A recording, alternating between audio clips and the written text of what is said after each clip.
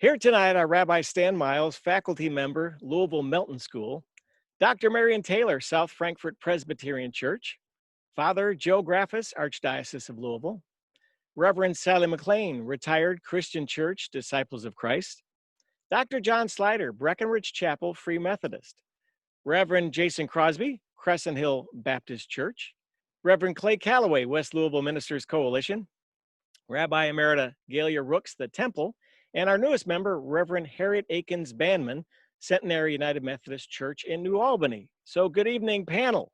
Good to be with you on this 67th Annual Crusade for Children. Rabbi Stan Miles, I'll start with you. You have a special guest with you today and a special story. Go ahead. Thank you, John. Usher is a crusade dog, and he is from an organization called WHAS with Purpose. WHAS with Purpose is one of the 230 crusade organizations. And Usher, if you could see his vest, which you can't at this point in time, you would see the logo of our WHAS Crusade for Children. He is in training. So far, he has been read to by students at a special needs school. But I want to focus on another crusade dog whose name is Ian. Ian was specially trained to help a child with autism. This child had been basically to himself, but Ian gave him the opportunity to go out into the community, to go to school, and to give his mother, who is a single mom, a bit of respite. Our dogs are so finely trained that one day Ian sensed that the boy was about to have a seizure. And so Ian notified the people near about the seizure and then stayed with the boy until he was okay. Because of organizations like the WHAS Crusade for Children, these families and children receive the use of a well-trained service dog for absolutely no cost whatsoever. And our crusade dollars, through organizations like WHAS with Purpose, help change lives for good. Father Joe Graffis, you're the chair of this panel and been involved with the crusade for many years. We've never seen a year quite like this one before, though, have we? No, we haven't. Being a chair of this group is probably is not the easiest job in the world. Anyway, that's all I'm going to say. But this year, interesting, we had more agencies than ever apply for grants, 242 agencies. That's higher than we've ever had. And they asked of the crusade $13 million. Now, the last couple of years, we've been around $5.7 million.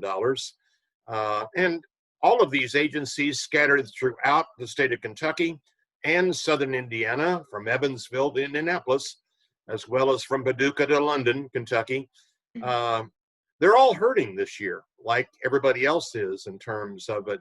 Many of them are saying, we need the crusade money because many of our fundraisers we couldn't hold in the spring. So it's been an interesting year, especially for us to hear all of these. We listened to each one of these organizations, and we did some live and most of them by Skype, which we all learned a lot more about Skype and Zoom than we've ever thought we'd ever learn. But this year, more than ever, we need every dollar to help these agencies. Dr. Marion Taylor, as vice chair of this panel, you see firsthand the needs that are out there to help make life better for children with special needs, don't you? Absolutely. And part of what's been so impressive to me and such a great learning experience is to talk with the partners that the crusade has. And when we give them a grant, we think of that as a partnership. It's been very impressive. One year I got to meet all the representatives from the court-appointed special advocates organizations. Another year, people from hospitals. Another year from schools. And it's just such a privilege to get to know these very highly skilled professionals super dedicated, all of them trying to help kids live life as fully as possible. Rabbi Gaylia Rooks, you two have been with this panel for a few years now. Tell me some of your best, now. a few decades. Tell me some of your best memories. I used to always bring a bunch of kids on Sunday down to WHAS with the temple contribution to present it, pour the money in the bucket and everything. And they were very disappointed. Some of these kids have done it every year of their lives. In fact, my son, who has autism and is in a PhD program in Cincinnati, he is making a very short, like little 3-minute video clip because I was telling him about how, we're not going to get to go down to the TV station to do it. And, he's lived with me, obviously, his whole childhood growing up with when it's Crusade for Children grant hearing time, that I'm up till 3 a.m. reading grants. And it's just so touching to see, whether it's a hospital that has a professional writing their grants, or it's, I remember in the olden days, we would get handwritten, hand-filled in grant applications with spelling errors and, from some rural community.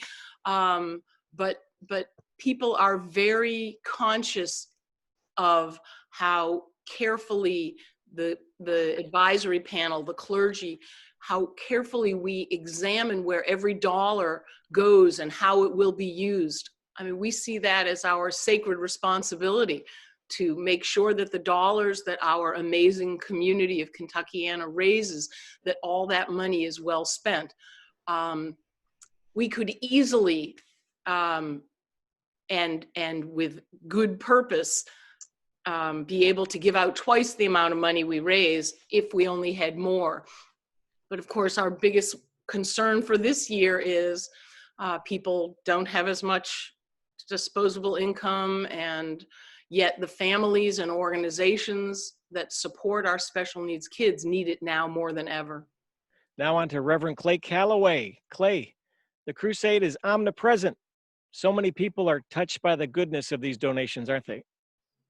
Absolutely. I mean, it's omnipresent, just like many of our churches have been challenged by the COVID crisis, that we've found a way to keep doing the great work of the church. And the same is true for the crusade. Love always finds a way. There's always a way to find a crack of kindness that can seep through us, like that rose, proverbial rose that emerges out of concrete. I think the goodness of the kind hearts that contribute to the crusade will always find a way. The crusade has been here for several years, several decades. We've seen many dark times. We weren't here during the Great War, but we survived the Vietnam War. We survived many crises in American history in its existence. So I just have faith in the benevolence, the goodness of and kindness of many who continue to find a way to contribute to the great cause of the crusade. And I'm just encouraged by it all. So many memories. We're talking about memories, of course. My grandmother, the Crusaders are roughly about the age I am. My grandmother, my biggest thrill was seeing my grandmother cross the stage back in the 50s, I think it was. She used to work with a family with a special needs child. And I wondered why she was on the TV, and I remembered she was assisting a family with a special needs child. At the time, you didn't really see, your family members on TV. So it was a big deal to see my grandmother on TV. So all of us have a little special moments. They may be more significant than others, but that was a significant moment for me with Crusade, to see my grandmother cross the stage on TV with Crusade. Thank you for that personal story. It's always good to hear those. Dr. John Slider, over your decades of service to the crusade, what stands out in your mind? I echo what everybody else has said. What my memory really is one of going back even further than my own activity, because I'm second generation crusade clergy. And some of my earliest memories as a child were watching my dad and Joe Graffis on the. No, I'm kidding about Joe, but I was there when he was on. Yeah, Joe and Gaylia and Stan. I think you were on also with Dad. Yes. It has become part of our family lore, I suppose. My investment is more not only keeping connection with our community and the good work that the Crusade is doing, but it's a part of my family calling, I suppose. I ran into a Highview firefighter a couple of days ago, and they're busy working. I said, "Oh, I forgot that the Crusade was going now." And he said, "Well, we haven't." He said, "We're busy," and so I'm really pleased with those firefighters and everybody else that volunteers and is involved. So thanks to everybody. Reverend Sally McClain, question for you. The need is great, but there's always more. There's always a need for more, isn't there? There's always more that we can do. And I think that's one of the things we learned during the hearings, that though we have to tell them we can't give them a full grant, we know that they could do so much more if they had more to work with. And so we do our best to make sure that we give what we can, as Gaylia was saying, to be very aware of what it is that we are distributing for the needs of the community. But it's expanded from just being crippled children to so many other areas that we never even thought of, with the autism spectrum and all that's going on with different disabilities that are showing up in our different schools and agencies. So yes, there's always so much more that we can do, but we are so grateful, and it is so good. I'm gonna say something about John, because I saw the firefighters out in Shelbyville and I thought, oh, it's nice to see something look the same. It was so good to see them. So I'm glad this is going on right now. Reverend Jason Crosby, you're a relatively new member to the panel. What has impressed you the most in your short time with us? I would want folks to know how seriously the panel takes the process of hearing the requests that are made and how much work goes into that decision making. It is not taken lightly, and it takes more time than perhaps I anticipated initially, but I am learning. What it takes, and I hope one way I can contribute is by serving in that role. But I hope everyone knows that this is serious. Another thing that's impressed me is, especially in this year where things are so disrupted, it's a reminder how important it is to maintain the goodness that is present in our lives and in our communities. And the fact that this entity has existed for as long as it has is very, very unique. I don't know if there's another community in the United States that has an entity like the Crusade for Children doing all that it is doing, which means it's all the more imperative in this perilous time that folks do their best to continue to support it as they have. Thanks to the firefighters, thanks to all those that have contributed. Last thing, one other thing that's impressive to me that I didn't know, and Joe touched upon this a few minutes ago, is the geographic scope of the Crusade. I thought it was just Louisville based until I got more intimately involved. But the fact that we do have these entities in Paducah, in London, in Lexington, all across the state, southern Indiana, that are also supported by the Crusade, I would encourage anyone in those outlying communities affiliated with those organizations, let folks know about WHAS. Let them know about the Crusade. They may not be able to pick up the show on TV and see what's going on, but please spread the word, because what is happening goes far beyond this viewing area.